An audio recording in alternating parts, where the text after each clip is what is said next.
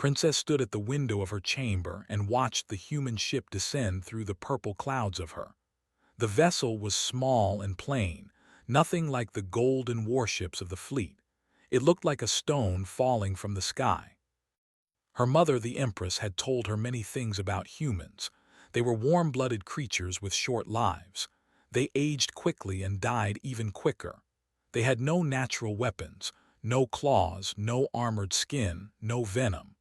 Among the elder races of the galaxy, humans were considered unremarkable. Some even called them weak. But had also heard other stories. Stories whispered by soldiers who had fought in the border wars. Stories about human persistence, about their refusal to surrender, about how they would keep fighting long after any reasonable species would have accepted defeat. These stories made nervous. The war between the Empire and the human coalition had lasted for 100 years. It had started over a misunderstanding about territory and had grown into something much worse. Millions had died on both sides. Entire planets had been burned to ash. And still, neither side could claim victory.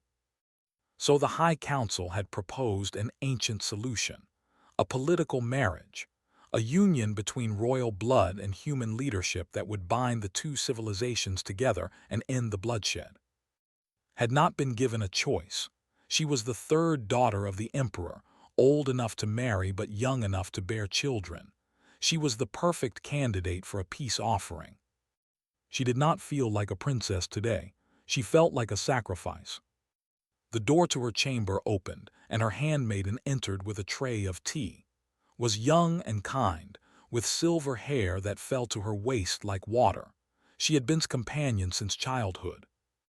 "The human ship has landed," said softly. "Your father requests your presence in the throne room." Turned from the window. "What do you think he will look like?" The human set down the tea and considered the question. "I have heard they look almost like us, but without the markings. Their skin comes in different shades of brown and pink. Their eyes are smaller. They have hair on their heads but not on their bodies." "I meant his character," said. "Will he be cruel? Will he demand things from me?" Hesitated. She did not have an answer. Walked to the throne room with her head held high, even though her heart was beating fast. The great hall was filled with nobles and advisors, all dressed in ceremonial robes of blue and silver. Her father sat on the crystal throne, his face unreadable. Her mother stood beside him, elegant and cold. At the center of the room stood the human delegation. There were only 3 of them.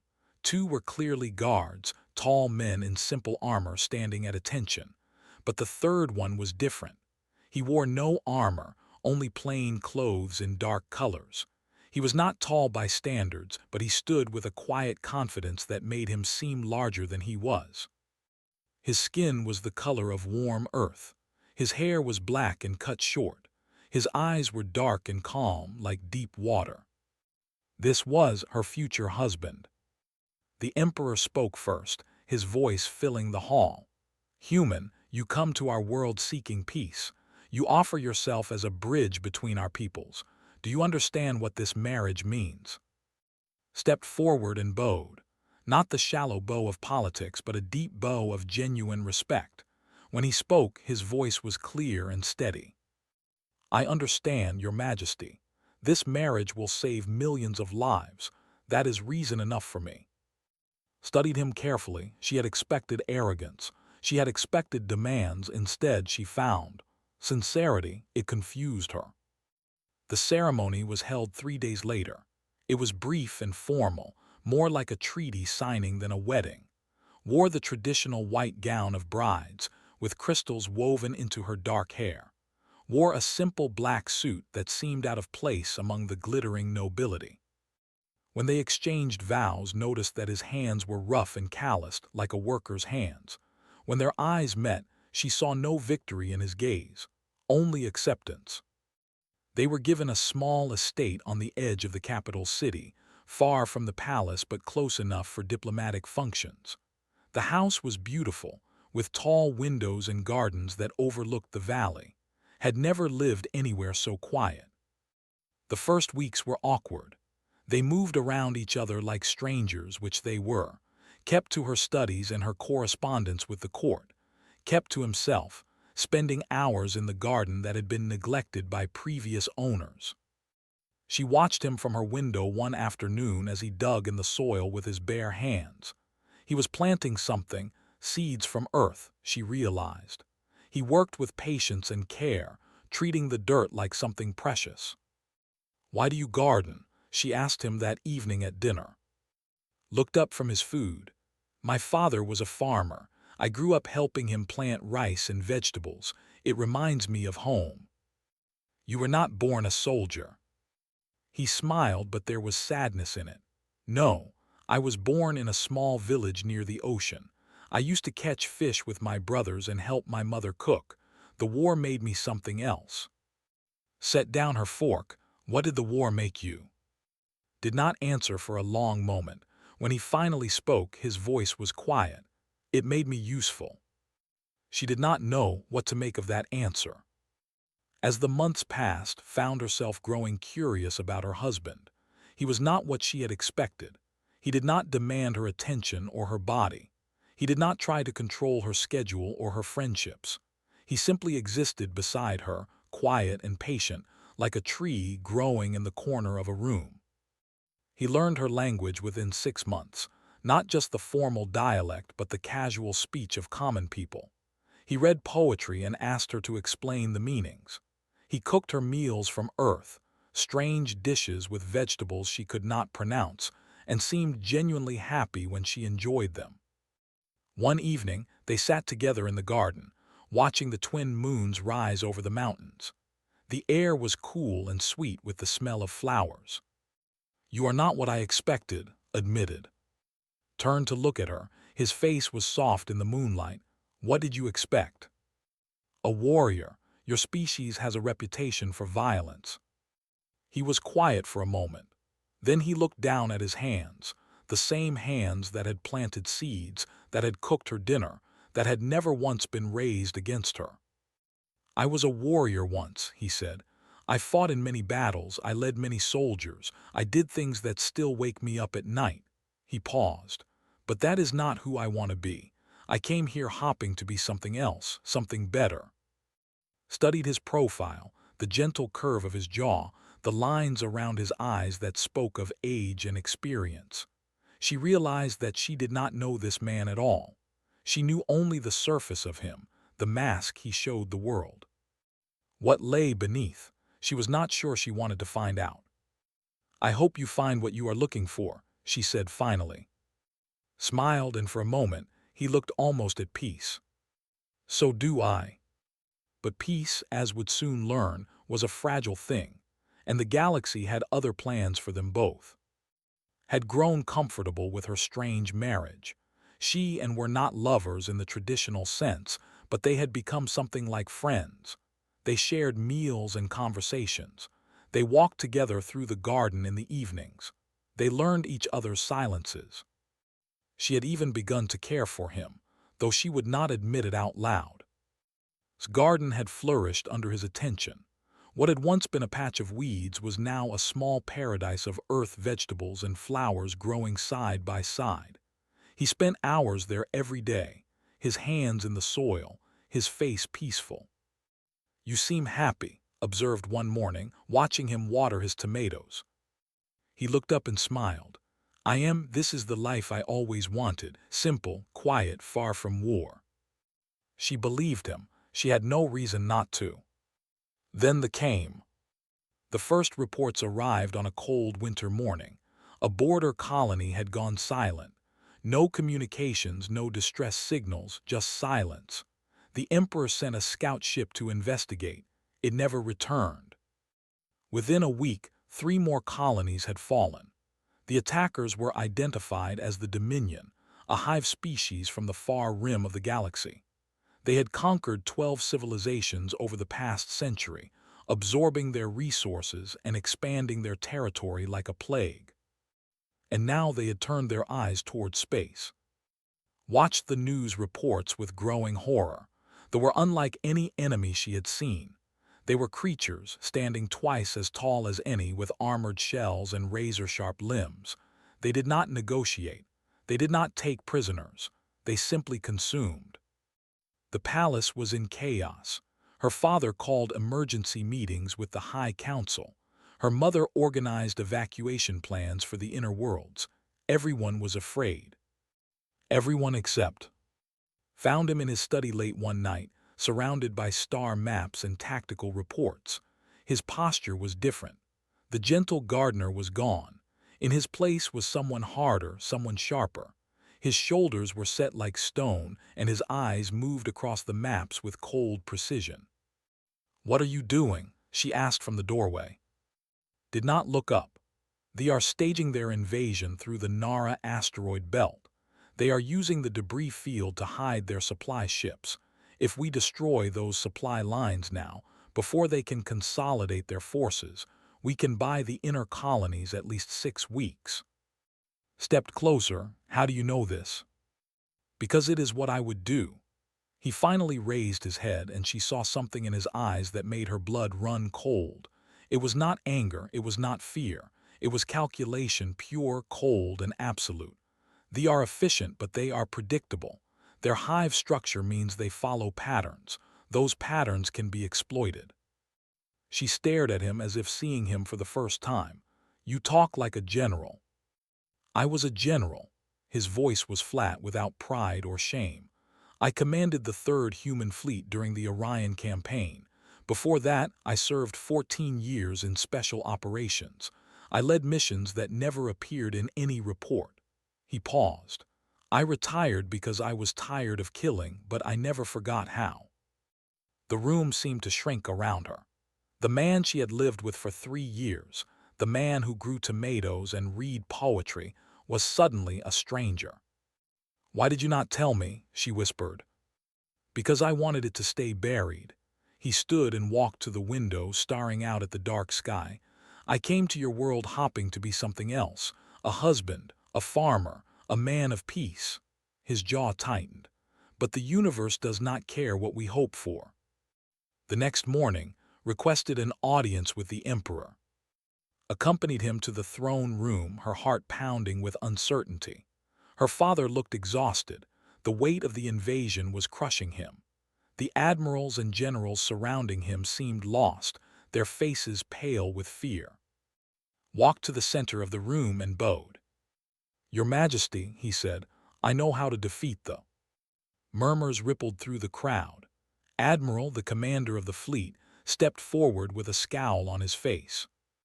"You, a human farmer, what could you possibly know about warfare?" Did not react to the insult. He simply reached into his coat and produced a data chip, which he placed on the table before the throne. "My service record," he said. 14 years in human special forces, 8 years commanding the 3rd Fleet. I led the assault on the Orion Syndicate and destroyed their command structure in 3 weeks. I designed the defensive strategy that saved the colony of New Sol from invasion. I have fought in 47 major engagements and lost 4. He met the Admiral's eyes without flinching. "I am not a farmer, Admiral. I am a weapon that chose to become a farmer." The room fell silent. The Emperor leaned forward, his ancient eyes studying with new interest. "Why did you hide this from us?" "Because I did not want to fight anymore." His voice was heavy with exhaustion. "I have seen enough death to last 1,000 lifetimes. I came here seeking peace, not just for our peoples, but for myself." He took a deep breath. "But I cannot stand by while they burn your worlds. I cannot watch innocent people die when I have the power to stop it." The Emperor considered this for a long moment. Then he turned to his advisors. "Give him command of the Joint Defense Fleet." Admiral's face turned red. "Your Majesty, this is madness. He is human. He has no loyalty to our empire." "His wife is my daughter," the Emperor said coldly. "His children will be his fate is bound to ours." He looked at. "If you fail, human, it will not be just your life that is forfeit." Nodded, "I understand." That night found her husband standing alone in the garden. The moonlight cast shadows across his face, making him look older, harder. She approached slowly, uncertain of what to say. "Are you afraid?" she finally asked. No, he did not turn to look at her. "I stopped being afraid of war a long time ago. What frightens me now is what I might become." "What do you mean?" He was quiet for a moment. When he spoke again, his voice was barely above a whisper. "There is a monster inside me. I have spent years trying to bury it, trying to be someone better. But the monster never truly dies. It just waits." He finally turned to face her, and his eyes were filled with something like grief. "They have awakened it, and once it is awake, I do not know if I can put it back to sleep." Reached out and took his hand. His fingers were cold. "I do not understand what you are," she said honestly. "But I know that you are trying to protect people. That has to count for something." Looked down at their joined hands. For a moment, the hardness in his face softened. "Thank you," he said quietly. "Whatever happens next, thank you for believing in me." She did not know how to respond. So she simply stood beside him in the darkness, watching the stars, wondering what kind of man she had truly married. The war was about to begin, and the gentle gardener was about to become something else entirely. The command ship Eternal Dawn hung in orbit above like a silver blade pointed at the stars. Stood at the observation window of the bridge, watching the fleet assemble below, hundreds of warships gathering for the battle ahead. She had never been on a military vessel before.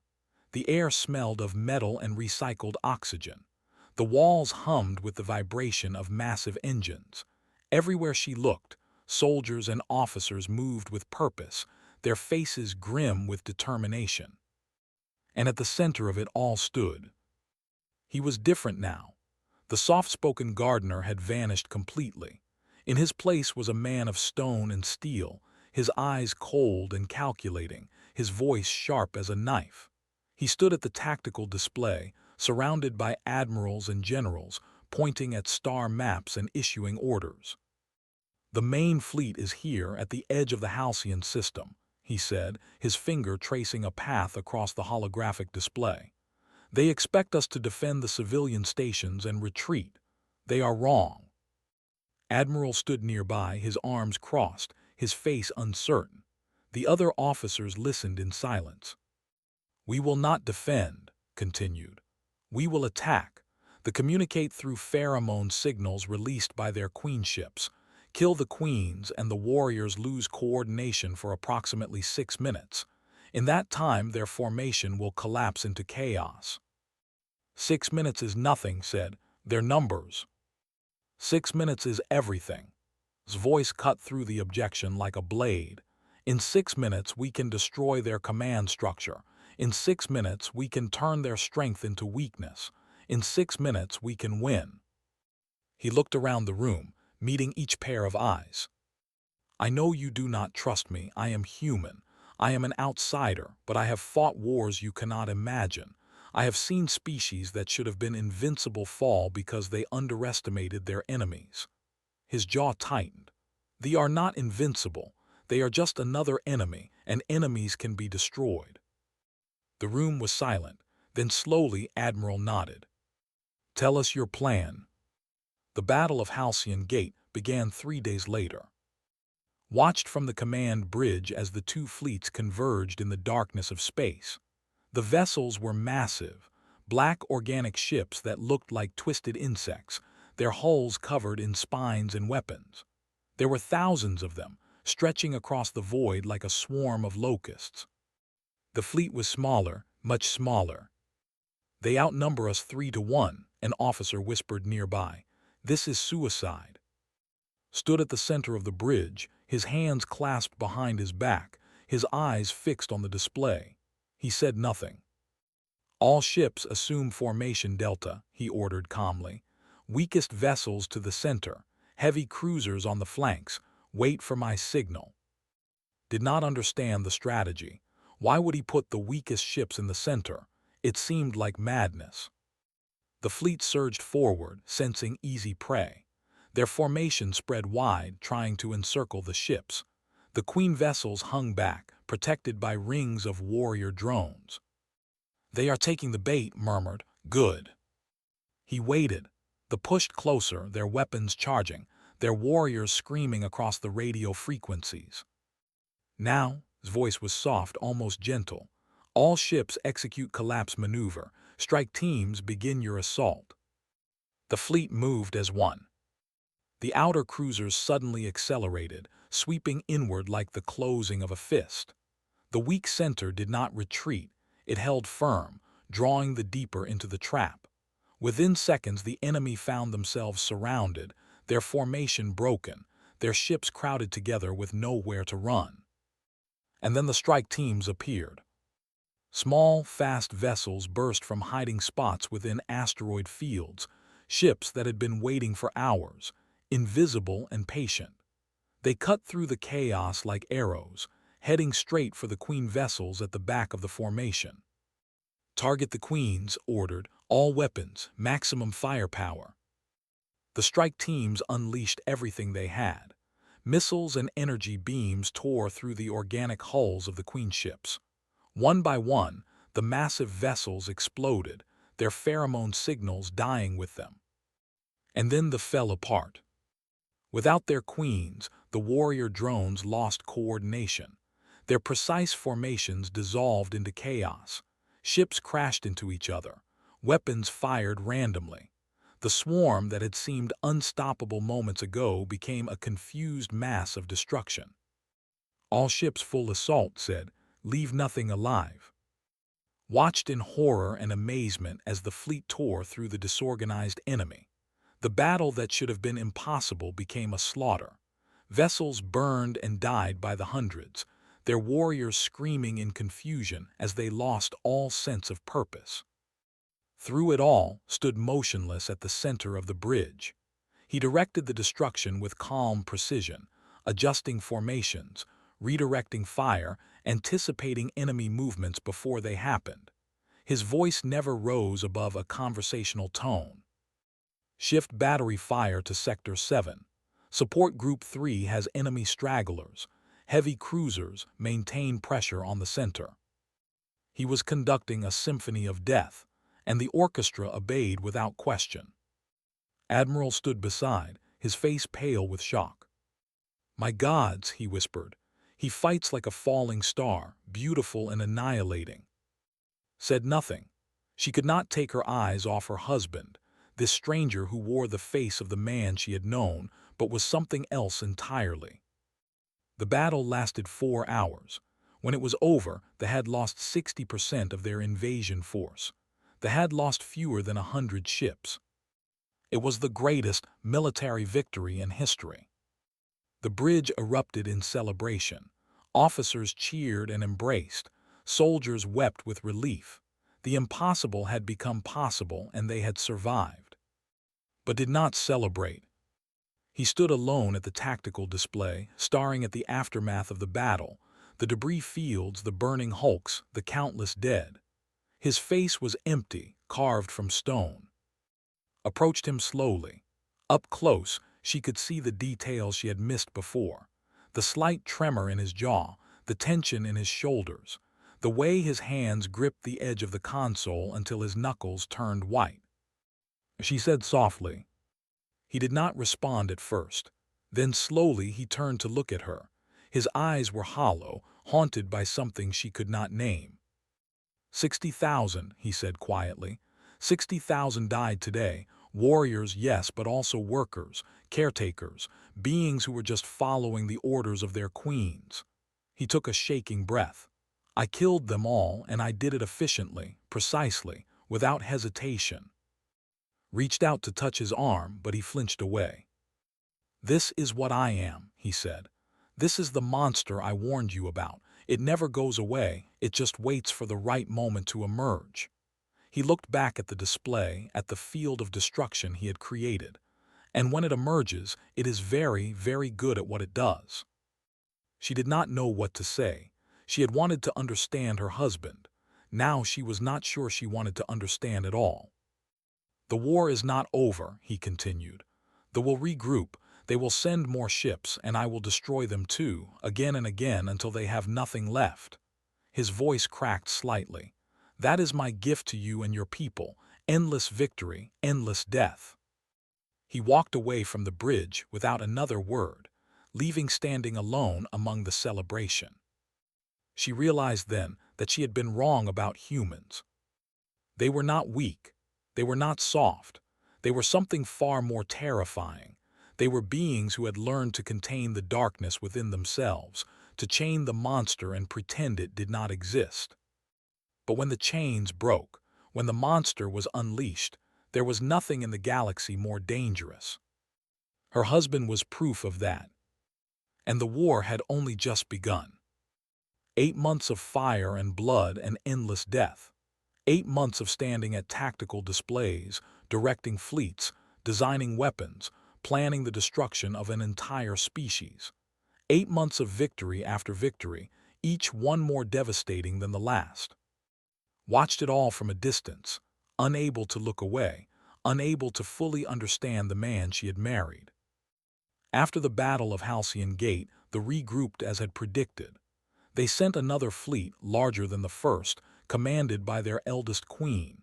Destroyed it in 3 days. They tried a different approach, attacking civilian targets to draw out the defenses.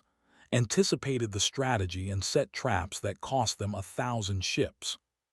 With each battle, his reputation grew. They called him the falling star, a force of nature that burned everything it touched. Human soldiers whispered that he was the greatest commander their species had ever produced. Even they came to fear his name, their warriors hesitating when they learned which fleet they faced. But saw what others did not see. She saw how stopped eating regular meals, surviving on nothing but coffee and stimulants.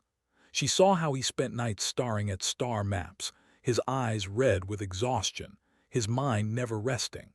She saw how he flinched at sudden noises, how his hands trembled when he thought no one was watching. The monster was awake, and it was consuming him from the inside. 6 months into the war, presented a new weapon to the High Council. He called it the Silence Protocol, a biological agent designed to target biology specifically. It would spread through their hive networks like a disease, killing queens and warriors alike. It would end the war in weeks. The council approved it without hesitation. Found in his laboratory that night, standing before rows of sealed containers. Each container held enough of the agent to sterilize an entire planet. His face was blank, unreadable. "Is this necessary?" she asked quietly. He did not look at her. "Necessary? No. Efficient? Yes." He reached out and touched one of the containers. "This will kill millions, maybe billions. Eggs, larvae, workers, warriors, all of them. Every hive we target will be silent within days." "That sounds like genocide." "It is genocide." His voice was flat without emotion. "They will not surrender. Their biology does not allow for surrender. The queens cannot conceive of defeat. If we fight them conventionally, this war will last decades. Millions more of your people will die." He finally turned to look at her. "This ends it quickly. This saves lives." "At what cost?" His jaw tightened. "At the cost of my soul, but I stopped caring about my soul a long time ago." The Silence Protocol was deployed 2 weeks later. Watched the reports come in. Hive worlds going dark one by one, their populations dying in silence. The queens sent desperate messages of surrender, but it was too late. The agent had already spread. Within a month, the Dominion collapsed. The remaining queens sued for unconditional surrender. The war was over. The galaxy celebrated. The Empire held festivals that lasted for days. The Emperor declared a hero and offered him any reward he desired. The human commander who had saved civilization was praised in songs and stories, but did not celebrate. He returned to their estate without ceremony, walking through the front door like a ghost. Found him standing in his garden, the garden he had neglected for 8 months, the plants dead and withered, the soil cracked with drought.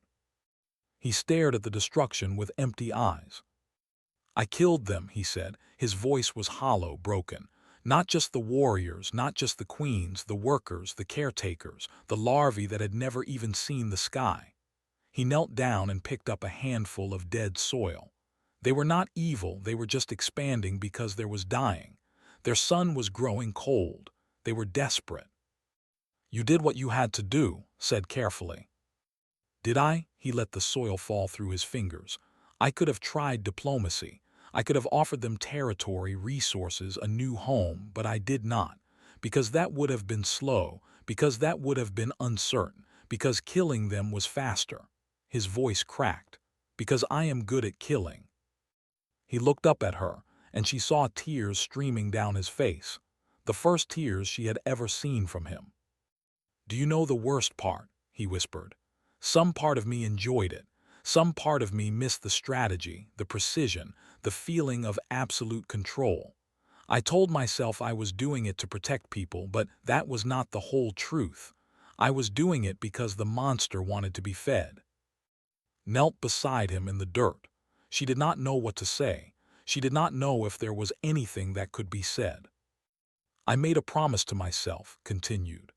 "After the Orion campaign, after I saw what I was capable of, I promised I would never do it again. I would become something else, something better." He laughed bitterly. "And here I am, the hero of the empire, the savior of civilization, the man who committed genocide and called it victory." "You saved billions of lives," said softly. "I ended billions more." He looked at his hands, the same hands that had planted seeds, that had cooked her meals, that had held hers in the garden on quiet evenings. "These hands will never be clean. No matter how many gardens I grow, no matter how many poems I read, no matter how long I live, I will always be a monster wearing the mask of a man." They sat in silence for a long time, surrounded by the ruins of his garden. Finally spoke. "I used to think humans were weak," she said. "Soft creatures with short lives and no natural weapons. I did not understand why the galaxy feared you." She reached out and took his hand, holding it gently despite everything he had told her. "Now I understand. Humans are not dangerous because of what you can do. You are dangerous because of what you choose not to do." Looked at her, confusion mixing with his grief. "Every kindness you have shown me," she continued, "every gentle word, every peaceful moment, those were choices. Choices you made despite the monster inside you. Choices you made every single day." She squeezed his hand. "That is what makes you terrifying, not that you can kill, that you can choose not to kill and you choose it anyway." He was quiet for a long moment. Then slowly he leaned into her, his forehead resting against her shoulder. "I do not deserve your understanding," he murmured. "Perhaps not," put her arm around him, holding him close, "but you have it anyway." They stayed like that until the sun rose, two broken people holding each other in the ruins of a garden. The war was over. The victory was complete. The galaxy was saved. But some wounds, new, would never fully heal. And some monsters, once awakened, could never truly be put back to sleep. All she could do was stand beside him in the darkness and hope that the light would eventually return. The galaxy had moved on. New trade routes connected the empire to distant civilizations. The border tensions with humanity had faded into memory, replaced by cooperation and cultural exchange. Children born after the war knew the only as monsters from history lessons, not as a living threat. But some wounds healed slower than others. Stood at the window of their estate, watching her husband teach their daughter how to plant seeds. The garden had been rebuilt from nothing, new soil brought in, new plants cultivated, new life growing where death had once reigned. It was beautiful now, more beautiful than it had ever been. Their daughter Myra was 4 years old, with her mother's dark hair and her father's quiet intensity. She listened carefully as showed her how to dig small holes in the soil, how to place the seeds gently inside, how to cover them with earth. "Why do we plant seeds, Papa?" Myra asked, her small voice carrying through the open window. Smiled a real smile, one that reached his eyes. "Because seeds become plants, and plants give us food and beauty and clean air. Everything good starts small, Myra. We just have to give it time to grow. Like me. Exactly like you. He ruffled her hair. You started as something very small and now look at you, getting bigger every day. Myra giggled and went back to digging, her small hands covered in dirt. Felt tears prick at her eyes. She remembered the hollow man who had returned from the war, the ghost who had stood in this same garden surrounded by dead plants and broken dreams. That man had seemed beyond saving. But humans, she had learned, were remarkably good at saving themselves. The healing had not been easy. The first year after the war was the hardest. Barely spoke. He spent hours staring at nothing, lost in memories that could not see. Some nights he woke up screaming, reliving battles that existed only in his mind. Some days he could not leave their room at all. But slowly, gradually, he had found his way back. He started with the garden, clearing away the dead plants, turning over the soil, planting new seeds. The physical work seemed to ground him, to remind him that creation was possible even after destruction. Would find him there at dawn, his hands in the dirt, his face peaceful for the first time in months. Then came Myra. When told him she was pregnant, she had expected fear. Instead, she saw something like hope, fragile and uncertain but real. A child, he had whispered, his hand on her stomach. A new beginning. The birth changed him. Holding his daughter for the first time, wept openly, without shame. He whispered promises to her in Korean, words that did not understand but felt in her heart. From that day forward, he devoted himself to being a father. He was gentle and patient, reading stories to Myra every night, teaching her songs from Earth, answering her endless questions with infinite care. The warrior who had destroyed civilizations became a man who made pancakes on Sunday mornings and built blanket forts in the living room. But the darkness never fully left him. Saw it sometimes, in quiet moments when he thought no one was watching. He would stare at the stars with haunted eyes, calculating distances and trajectories, planning battles that would never come. He would wake in the middle of the night and walk to the window, standing guard against enemies that existed only in his memory. And sometimes, when the news reported conflicts in distant systems, she would see his jaw tighten, his eyes grow cold. The monster stirred beneath the surface, restless and hungry. But he never let it out, not once in 5 years. That, more than anything, was what amazed her. This evening, after Myra had been put to bed, found in the garden, the twin moons cast silver light across the flowers, and the air smelled of jasmine and something that had no name. He was standing at the edge of the property, looking out at the valley below. His hands were clasped behind his back, his posture rigid. "You are thinking about them again," said softly, coming to stand beside him. Did not ask who she meant.